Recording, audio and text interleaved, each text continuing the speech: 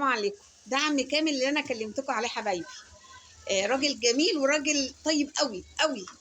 انت كنت شغال الشغلانه دي يا عم كامل بعد شغلتك التانية ولا مضاف اليه شغلتك الاولانيه مثلا؟ انا شغال في السبايك بس دي واخدها غيه. بقالي من سنه 6/75. وانا واخد الشغله دي غيه. الله يديك الصحه. 6/9/75.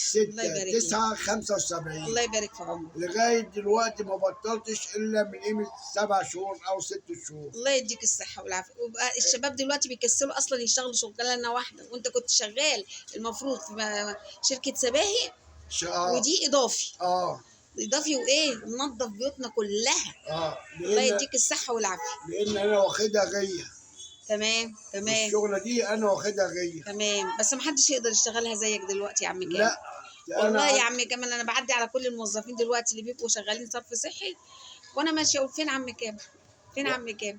والله العظيم والله العظيم انا كنت بسلك الشارع والغدا زي ما هو.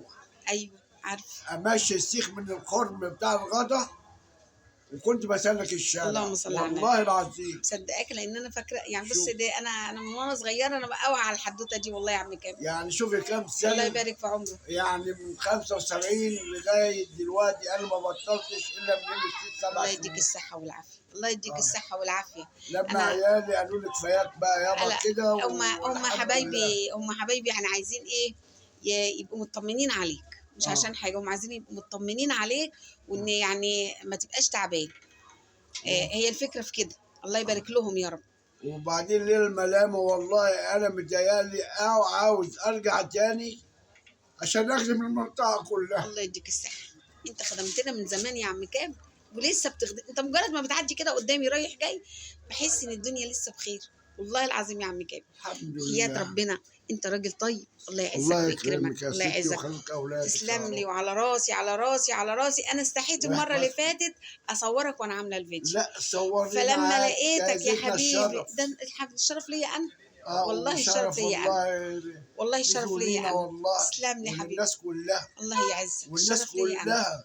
انا ما دخلتش ولا بيت. انا كنت قاعد الف من الساعه لغايه اسم المنتزه القصعي وانا شايل السياخ وعمال الف.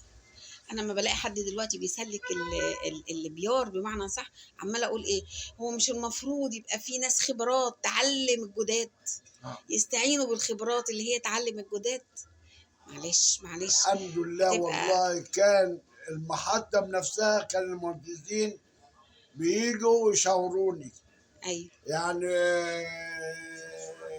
المهندس سعيد والمهندس عبد الحي هو الجيل اللي في ما يعرفوا ما يخش بالهم منهم لو حد قديم. وناس كانت ناس قديمه كلها.